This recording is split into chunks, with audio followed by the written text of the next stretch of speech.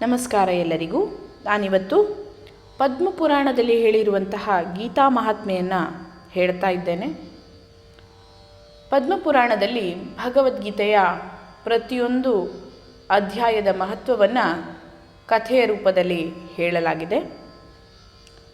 ಇದನ್ನು ಶಿವದೇವರು ಪಾರ್ವತಿ ದೇವಿಗೆ ಹೇಳ್ತಾ ಇದ್ದಾರೆ. ಅದರ ಮಧ್ಯದಲ್ಲಿ ಮುಂದೆ ಭಗವಾನ್ ವಿಷ್ಣು ಮತ್ತು ಲಕ್ಷ್ಮೀದೇವಿಯರ ಸಂವಾದವೂ ಬರ್ತದೆ. ಪಾರ್ವತಿ ದೇವಿ ಒಮ್ಮೆ ಶಿವನನ್ನು ಕೇಳ್ತಾಳೆ, ಸ್ವಾಮಿ, ನಿಮ್ಮಿಂದ ನಾನು ಭಗವಂತ ಕೃಷ್ಣನ ಮಹಿಮೆಯನ್ನು ಕೇಳಲ್ಪಟ್ಟಿದ್ದೇನೆ.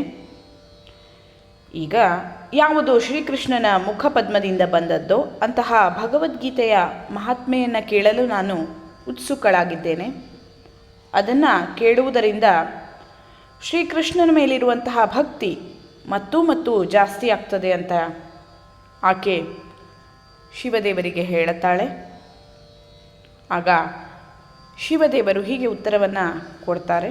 ಹೇ ದೇವಿ, ಯಾರ ದೇಹದ ಬಣ್ಣವೂ ನೀಲಮೇಘದ ವರ್ಣದಲ್ಲಿ ಇದೆಯೋ, ಯಾರ ವಾಹನವೂ ಪಕ್ಷಿರಾಜನಾದ ಗರುಡನಾಗಿದ್ದಾನೆಯೋ, ಯಾರು ಅನಂತಶೇಷನ 1000 ಹೆಡೆಯ ಸರ್ಪದ ಮೇಲೆ ಪವಡಿಸಿರುವರೋ ಅಂತಹ ಭಗವಂತನಾದ ವಿಷ್ಣುವನ್ನು ನಾನು ಯಾವಾಗಲೂ ಪೂಜಿಸ್ತೇನೆ.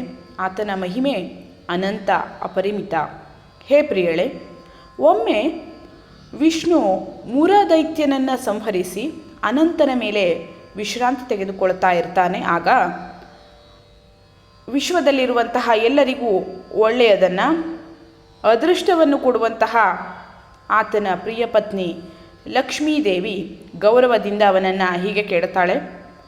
ಹೇ ಭಗವಂತ, ನೀನು ಈ ಜಗತ್ತಿನ ನಿಯಾಮಕ, ನಿಯಂತ್ರಕ ಮತ್ತು ಸ್ಥಿತಿಕರ್ತನಾಗಿದ್ದೀಯ. ಆದರೂ ನೀನು ದುಃಖದಿಂದ ಕೂಡಿದವನಾಗಿ ಈ ಕ್ಷೀರಸಾಗರದಲ್ಲಿ ಪವಡಿಸಿದ್ದೀಯ, ನಿದ್ರಿಸಿದ್ದೀಯ. ಅದು ಯಾಕಾಗಿ ಅಂತ ಕೇಳ್ತಾಳೆ.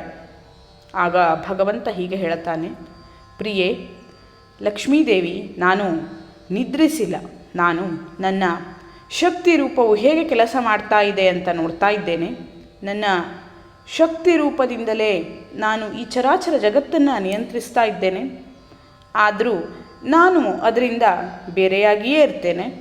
ನನ್ನ ಈ ರೀತಿಯ ದಿವ್ಯ ಕಾರ್ಯಗಳನ್ನು ಸ್ಮರಿಸುತ್ತಾ ನನ್ನ ಭಕ್ತರು, ಹಾಗೆಯೇ ಯೋಗಿಗಳು ಇರುತ್ತಾರೆ. ಅವರು ಈ ಜನ್ಮ ಮೃತ್ಯುವಿನ ಚಕ್ರದಿಂದ ಬಿಡುಗಡೆಯನ್ನು ಹೊಂದಿ ನನ್ನ ಶಾಶ್ವತ ಮತ್ತು ಗುಣಾತೀತವಾದಂತಹ ಸೃಷ್ಟಿಯನ್ನು ಹೊಂದುತ್ತಾರೆ. ಕೊನೆಗೆ ಲಕ್ಷ್ಮೀದೇವಿ ಆಗ ಮುಂದೆ ಕೇಳುತ್ತಾಳೆ, ಹೇ ನಿಯಂತ್ರಕ, ನೀನೇ ಎಲ್ಲ ಯೋಗಿಗಳ ಕೊನೆಯ ಗುರಿ. ನಿನ್ನನ್ನು ಬಿಟ್ಟು ಏನೂ ಇಲ್ಲ. ಆದರೂ ನೀವು ಪ್ರತ್ಯೇಕರು. ಈ ಸಂಸಾರದ ಸೃಷ್ಟಿ ಸ್ಥಿತಿ ಲಯಗಳಿಗೆ ನೀನೇ ಕಾರಣಕರ್ತ. ಮನೋಹರವಾದ ನಿನ್ನ ಎಲ್ಲ ಶಕ್ತಿ ರೂಪಗಳು ಹೇಗೆ ಕೆಲಸ ಮಾಡ್ತವೆ? ಇಲ್ಲಿ ಮಲಗಿಕೊಂಡೇ ನೀನು ಅದರ ಬಗ್ಗೆ ಧ್ಯಾನಿಸ್ತಾ ಇದ್ದೀಯಾ? ಅದರ ಬಗ್ಗೆ ನಾನು ತಿಳಿದುಕೊಳ್ಳಲು ಇಚ್ಛಿಸ್ತೇನೆ ಅಂತ ಲಕ್ಷ್ಮೀದೇವಿ ಪ್ರಿಯಪತಿಯಾದಂತಹ ಶ್ರೀಮನ್ನಾರಾಯಣನನ್ನು ಕೇಳುತ್ತಾಳೆ. ಆಗ ಭಗವಾನ್ ವಿಷ್ಣು ಹೀಗೆ ಹೇಳುತ್ತಾನೆ, ಹೇ ಲಕ್ಷ್ಮೀದೇವಿ, ನನ್ನ ಬಹುವಿಧವಾದ ಶಕ್ತಿ ರೂಪಗಳ ಕಾರ್ಯಕ್ಷಮತೆ, ಜನ್ಮ ಮರಣಗಳ ಚಕ್ರದಿಂದ ಬಿಡುಗಡೆ ಹೊಂದುವಂತಹ ಬಗೆ, ಕೊನೆಗೆ ನನ್ನನ್ನು ಹೊಂದುವ ಬಗೆ, ಇದನ್ನು ಒಂದೇ ಒಂದು ರೀತಿಯಲ್ಲಿ ಅಥವಾ ಒಂದೇ ಒಂದು ವಿಧದಲ್ಲಿ ನಾವು ಅರ್ಥ ಮಾಡಿಕೊಳ್ಳಬಹುದು. ಇದು ಅತೀಂದ್ರಿಯವಾದಂತಹ ಜ್ಞಾನ. ಯಾರಿಗೆ ನನ್ನ ಕುರಿತಾದ ಸೇವೆಯನ್ನು ಸಲ್ಲಿಸುವಂತಹ ಬಗೆಯನ್ನು ತಿಳಿಯಬೇಕು, ಅಂತಹ ಎಲ್ಲ ವಿಷಯಗಳು ಶ್ರೀಮದ್ ಭಗವದ್ಗೀತೆಯಲ್ಲಿ ವಿವರಿಸಲಾಗಿದೆ ಅಂತ ಮಹಾವಿಷ್ಣು ಹೇಳುತ್ತಾನೆ. ಲಕ್ಷ್ಮೀದೇವಿ ಮತ್ತೆ ಕೇಳುತ್ತಾಳೆ, ಹೇ ಪ್ರಭು, ನೀನೇ ನಿನ್ನ ಶಕ್ತಿ ರೂಪಗಳ ಕಾರ್ಯವೈಖರಿಯ ಬಗ್ಗೆ ಆಶ್ಚರ್ಯಚಕಿತನಾಗಿದ್ದೀಯ. ಅವು ಆಳವನ್ನು ತಿಳಿಯಲು ಅಸಾಧ್ಯವಾದಂಥವು, ಕಲ್ಪನಾತೀತವಾದವುಗಳು. ನಿನ್ನ ಸ್ವರೂಪ ಸ್ವಯಂ ಪರಮಾನಂದಮಯವಾದಂತಹದ್ದು. ನಿನ್ನ ಮನಸ್ಸು ಮಾತಿನ ಪರಿಧಿಯ ಹೊರಗಿದೆ ಅಂತಂದರೆ ಹೇಗೆ ಅದನ್ನು ಗೀತಾಶಾಸ್ತ್ರ ನಮಗೆ ತಿಳಿಸ್ತದೆ ಅಂತ ಮತ್ತೆ ತನ್ನ ಸಂದೇಹವನ್ನು ಲಕ್ಷ್ಮೀದೇವಿ ಪ್ರಕಟಪಡಿಸ್ತಾಳೆ. ಆಗ ಭಗವಂತ ಹೇಳುತ್ತಾನೆ, ಶೃಣು ಶುಶ್ರೋಣಿ ವಕ್ಷ್ಯಾಮಿ ಗೀತಾಸು ಸ್ಥಿತಿಮಾತ್ಮನಃ ವಕ್ತ್ರಾಣಿ ಪಂಚಜಾನೀಹಿ ಪಂಚಾಧ್ಯಾಯಾನನುಕ್ರಮಾತ್ ದಶಾಧ್ಯಾಯಾನ್ ಭುಜಂಶ್ಚೈಕಮುದರಂ ದ್ವೌ ಪದಾಂಬುಜೇ ಏವಂ ಅಷ್ಟಾದಶಾಧ್ಯಾಯೀ ವಾಂಗ್ಮಯೀ ಮೂರ್ತಿರೈಶ್ವರೀ. ಹೇ ಸುಂದರಿ, ಕೇಳು, ನಾನು ಗೀತೆಯಲ್ಲಿ ನನ್ನ ಸ್ಥಿತಿಯನ್ನು ವರ್ಣಿಸ್ತೇನೆ. ನಾನೇ ಸ್ವತಃ ಭಗವದ್ಗೀತೆಯ ರೂಪದಲ್ಲಿ ಪ್ರಕಟವಾಗಿದ್ದೇನೆ. ಕ್ರಮವಾಗಿ 5 ಅಧ್ಯಾಯಗಳನ್ನು 5 ಮುಖಗಳು, 10 ಅಧ್ಯಾಯಗಳನ್ನು 10 ಭುಜಗಳು, ಹಾಗೆಯೇ 1 ಅಧ್ಯಾಯ ಉದರ ಭಾಗ ಮತ್ತು ಉಳಿದಿರುವ 2 ಅಧ್ಯಾಯಗಳನ್ನು ಚರಣ ಕಮಲಗಳೆಂದು ತಿಳಿ. ಈ ರೀತಿಯಾಗಿ 18 ಅಧ್ಯಾಯಗಳನ್ನು ವಾಂಗ್ಮಯಿಯಾದ ಈಶ್ವರೀಯ ಮೂರ್ತಿ ಅಂತಲೇ ತಿಳಿಯಬೇಕು. ಈ ಗೀತೆ ಮಹಾಪಾತಕಗಳನ್ನು ನಾಶ ಮಾಡುವಂತಹದ್ದು ಅಂತ ಮಹಾವಿಷ್ಣು ಹೇಳುತ್ತಾನೆ. ಮುಂದೆ ಆತ ಭಗವದ್ಗೀತೆಯ 1ನೇ ಅಧ್ಯಾಯದ ಮಹತ್ವವನ್ನು ಕಥೆಯ ರೂಪದಲ್ಲಿ ಲಕ್ಷ್ಮೀದೇವಿಗೆ ಹೇಳುತ್ತಾ ಹೋಗ್ತಾನೆ. ಈಗ ನಾನು ಭಗವದ್ಗೀತೆಯ 9ನೇ ಅಧ್ಯಾಯದ ಮಹಾತ್ಮೆಯನ್ನು ಹೇಳುತ್ತೇನೆ.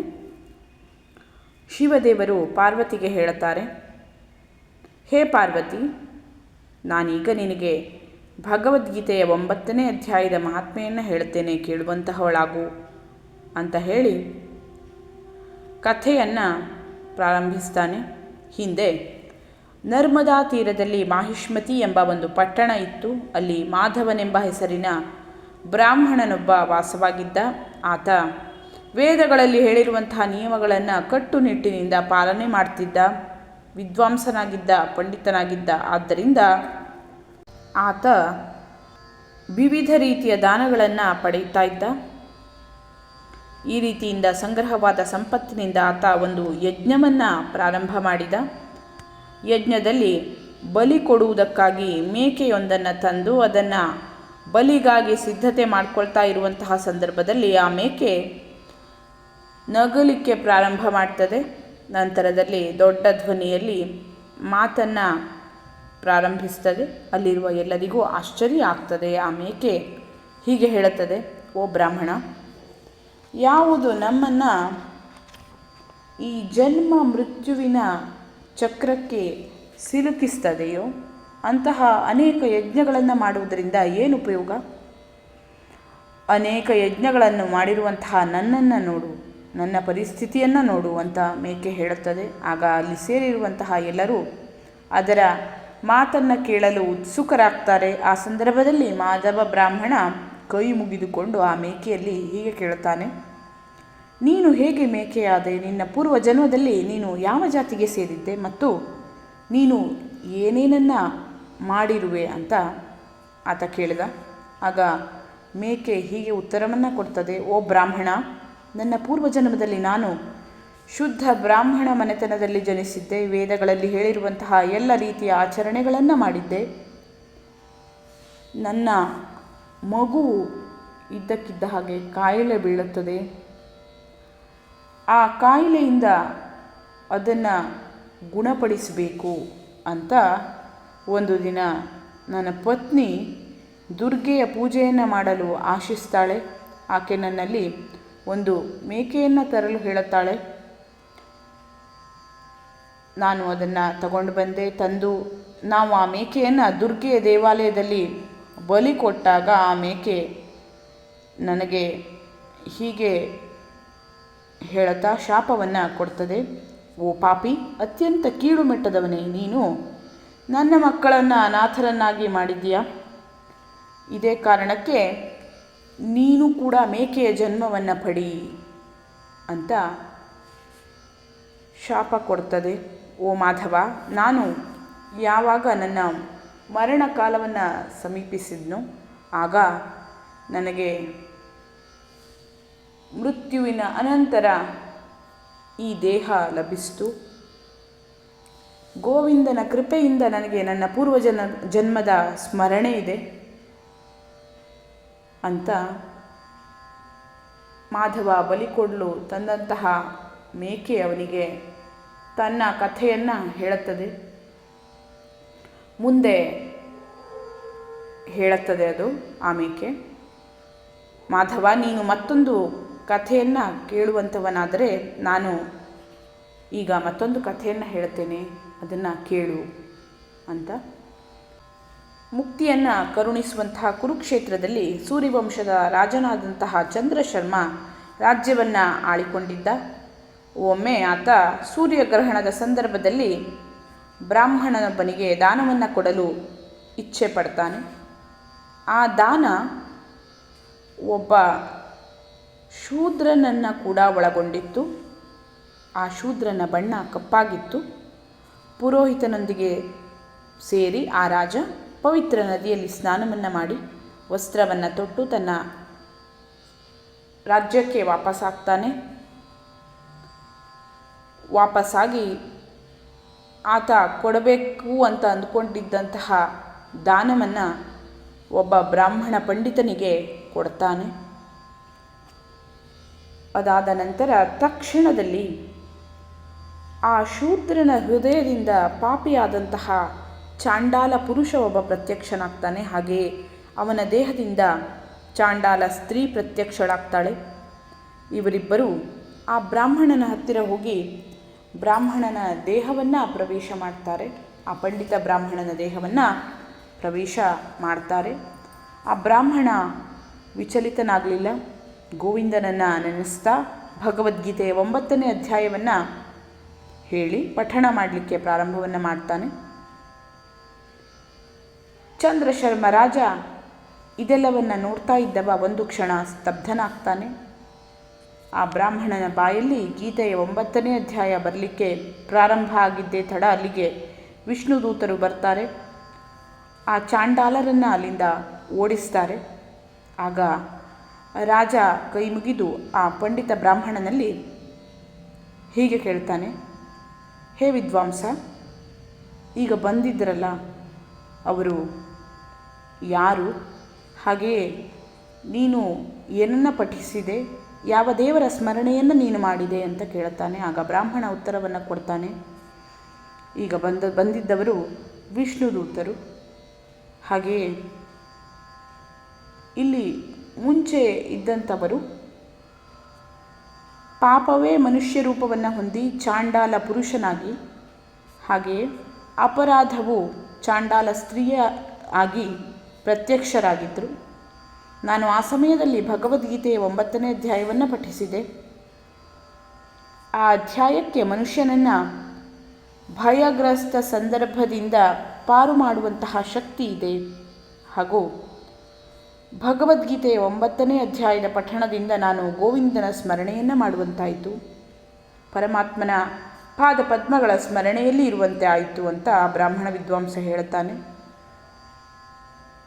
ರಾಜ ಇದನ್ನು ಕೇಳುತ್ತಾನೆ. ಕೇಳಿದವ 9ನೇ ಅಧ್ಯಾಯದ ಪಠಣವನ್ನು ಆ ಬ್ರಾಹ್ಮಣನಿಂದ ಅಭ್ಯಾಸ ಮಾಡ್ತಾನೆ. ಅಂತ್ಯದಲ್ಲಿ ಆ ರಾಜ ಗೋವಿಂದನ ಪಾದಪದ್ಮವನ್ನು ವೈಕುಂಠ ಲೋಕವನ್ನು ಹೊಂದಿದ. ಈ ರೀತಿಯಾಗಿ ಆ ಮೇಕೆ ಮಾಧವ ಬ್ರಾಹ್ಮಣನಿಗೆ ಹೇಳುತ್ತದೆ. ಇದನ್ನು ಕೇಳಿದ ಕೂಡಲೇ ಮಾಧವ ಆ ಮೇಕೆಯನ್ನು ಬಂಧನದಿಂದ ಬಿಡಿಸ್ತಾನೆ. ಅದರ ಕಟ್ಟನ್ನು ಬಿಚ್ಚಿ ಅವನೂ ಕೂಡ ಗೀತೆಯ 9ನೇ ಅಧ್ಯಾಯವನ್ನು ಪಠಿಸ್ತಾ ಮುಂದೆ ವೈಕುಂಠ ಲೋಕವನ್ನು ಹೊಂದಿದ ಅಂತ ಹೇಳುತ್ತದೆ ಈ ಪದ್ಮ ಪುರಾಣದ ಗೀತಾ ಮಹಾತ್ಮೆಯ ಕಥೆ. ನಾವೆಲ್ಲರೂ ಗೀತೆಯ 9ನೇ ಅಧ್ಯಾಯವನ್ನು ಪಠಿಸಿ ಜೀವನದಲ್ಲಿ ಉನ್ನತಿಯನ್ನು ಕಾಣುವ. ಲೋಕಾಹ ಸಮಸ್ತಾಹ ಸುಖಿನೋ ಭವಂತು. ಎಲ್ಲರಿಗೂ ಧನ್ಯವಾದಗಳು.